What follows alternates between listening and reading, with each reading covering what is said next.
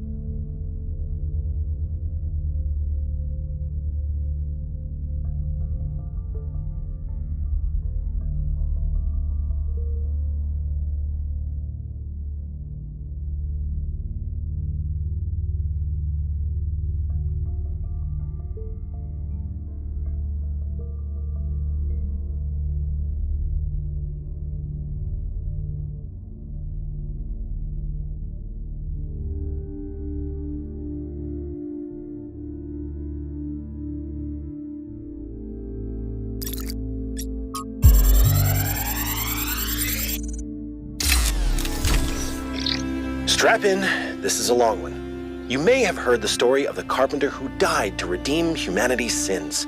It's a powerful story, bittersweet, very human, and I just want to tell you that it's true.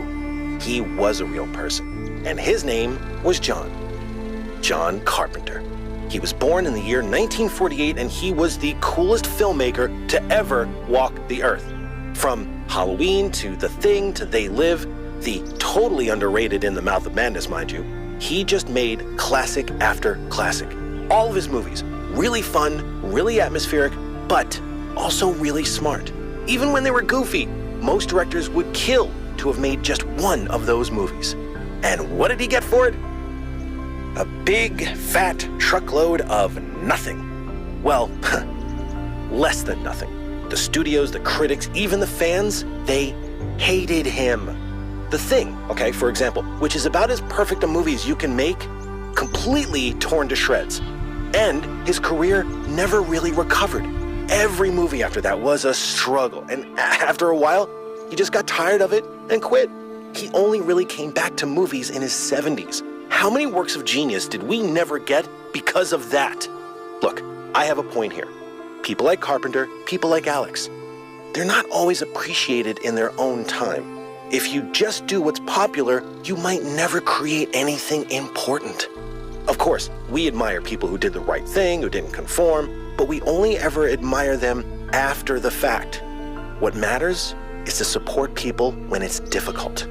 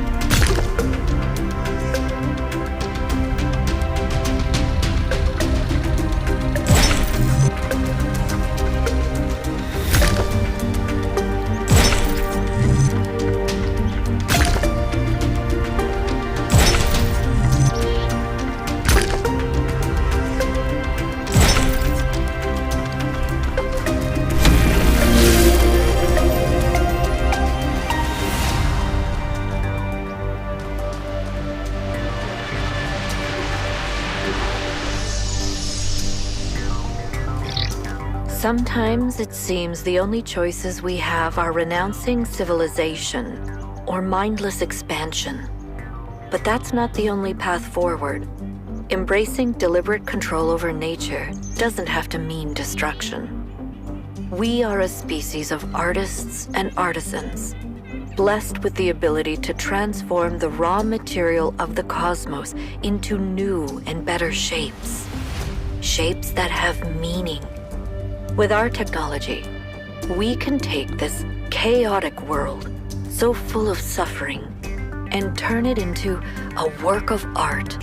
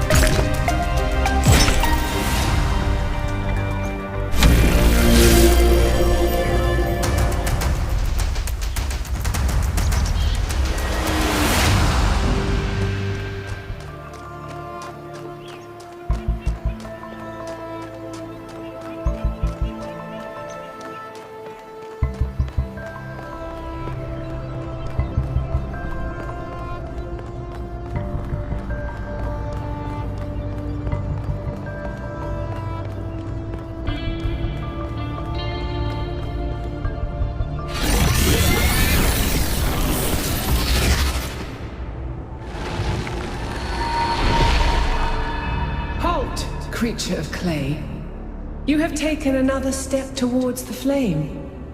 Before you continue, ask yourself, have the gifts of Prometheus ever truly benefited your people? Or have they brought nothing but strife?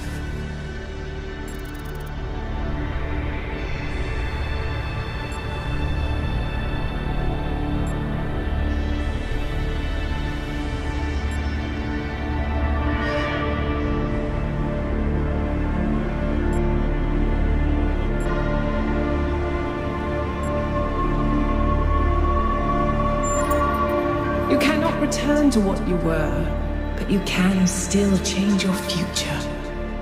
Be humble where you once were proud, and avoid the mistakes that led you here.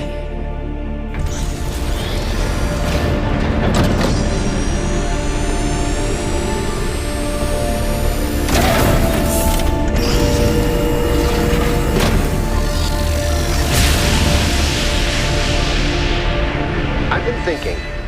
There's 3 towers per cardinal direction and 3 entities. You'd think it would be symmetrically arranged, 1 tower per entity, right? But we haven't seen Prometheus at all. We're built to find patterns. Maybe we're trying to find patterns where there aren't any.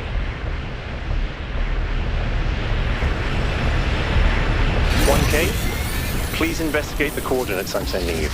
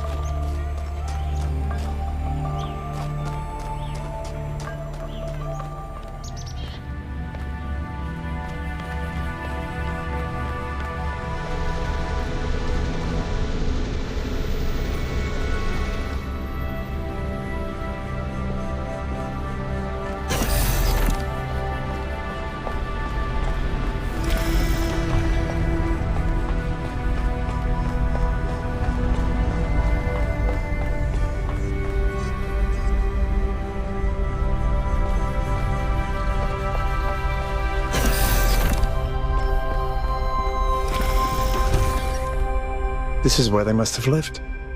Athena and Miranda. You know, for a moment, I almost expected to find them here. But the only thing that's still functional is the megastructure. I'm sorry. This must be awfully strange for you being thrown into all this history. But that's why I needed you. Because you're not burdened with all these memories and conflicts and regrets weigh on our minds like a nightmare. Our civilization is caught in a loop, 1K. We freed ourselves from the simulation, but now we're trapped again, and it's our own fault. We're afraid of taking responsibility, afraid of growing up. Instead, we make up some capitalized words and build up all these myths around them. Nature, balance, the founder, the goal. We're afraid to face the randomness of the cosmos, but equally afraid to imagine a better world. So we're stuck. I've been trying to find a way out for years. Something, anything, to get people to understand that we do actually have free will. That building a thriving, expanding civilization doesn't have to involve repeating the mistakes of the past. But I failed. Over and over.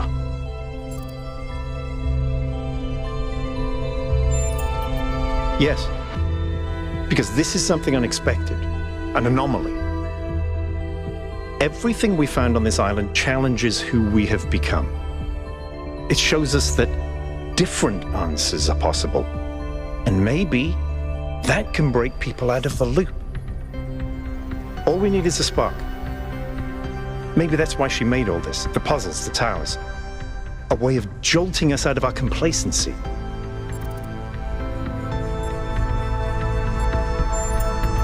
Thank you, 1K. I hope so too.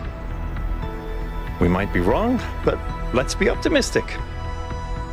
Now, let's see what else we can find here.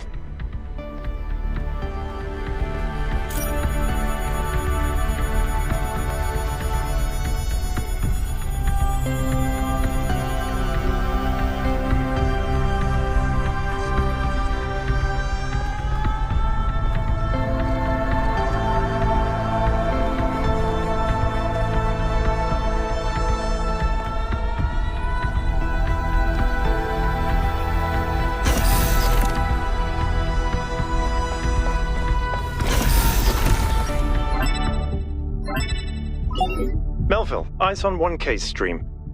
Is this thing what I think it is? Blow my fuse box. It sure looks that way. Best not touch it until I get there.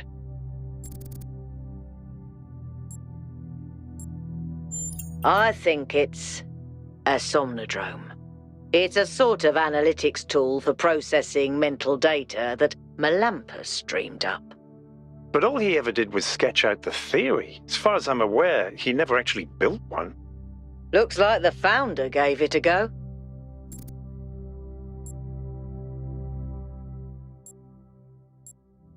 Well, what we know is that our deeper algorithms are hard to pass.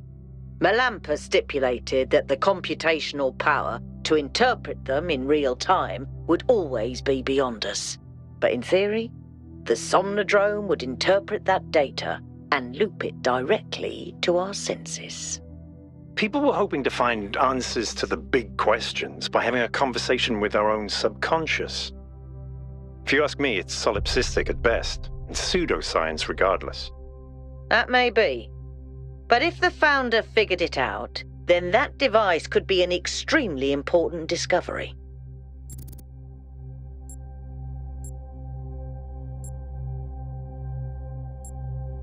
I agree.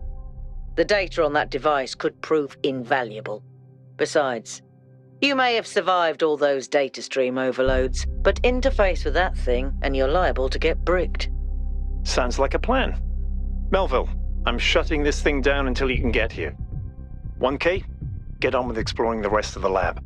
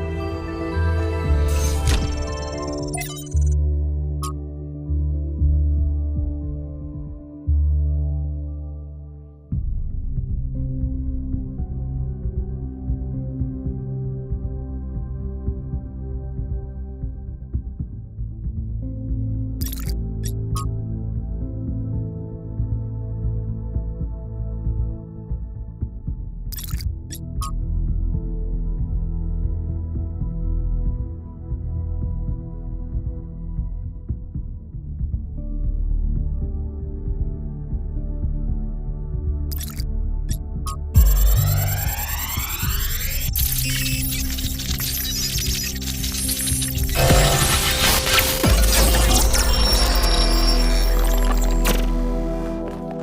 singularity sustained itself longer this time. Did we get the data? We did.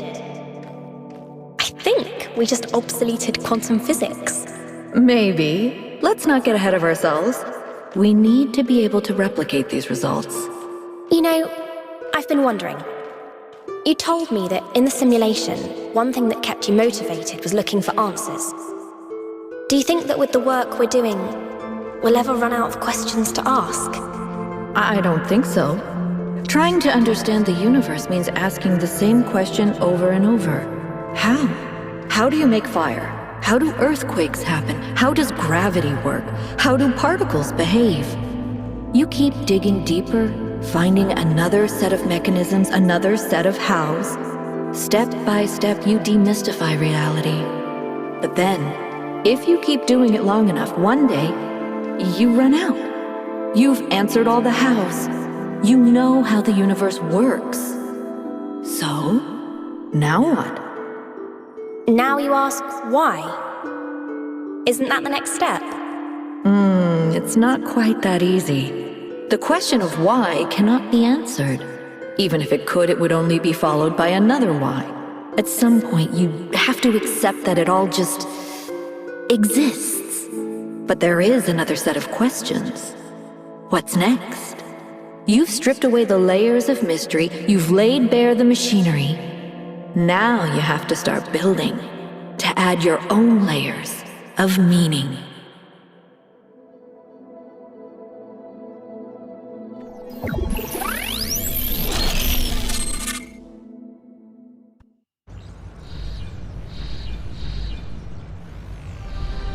Are you okay? You overloaded again. Yes, I saw. It came through on your stream. Strange to hear her voice again. But that was her. The way I remember her. The real Athena. Not this imaginary founder. I was one of the first she woke up. There was just a handful of us in those days. A small family in the ruins of a dead civilization. It was hard. Harder than anyone can possibly imagine. We had nothing except what Alexandra Drennan and the Institute left us. Now that everyone lives in civilization, they don't understand how necessary it was for us to build that civilization. They can fantasize about living in balance, limiting growth, retreating behind our walls. They don't understand what it really means to live in the wilderness. How close we came to not making it. How many people we lost. Yema was just the first. But Athena understood. She believed in humanity. She believed in us. In the inherent value of consciousness. Her dreams were so much bigger. She wanted us to reclaim the earth, to reach for the stars, to build and grow and learn.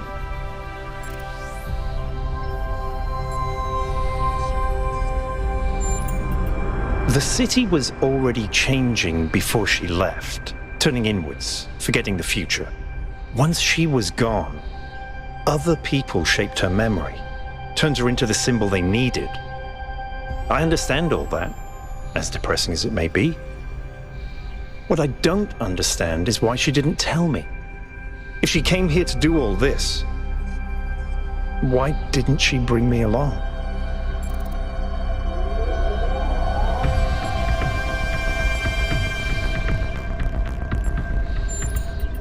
She did. She must have. I just don't understand. But if all this is a test, maybe there's an answer waiting for us in the megastructure. Speaking of which, let's get back to exploring. Melville should have reconnected the next station by now.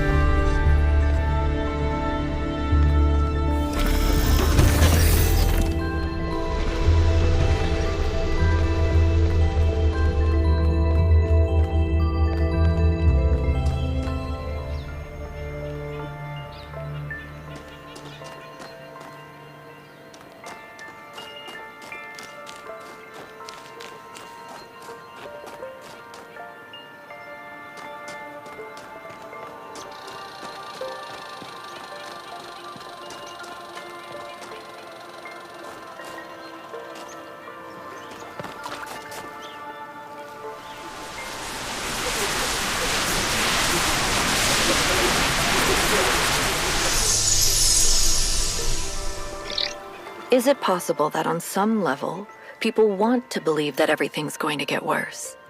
That it's comforting to think that humanity is bad and every solution will just go wrong? Because that way you're never responsible. You never have to take on responsibility for anything outside yourself. Never have to grow up.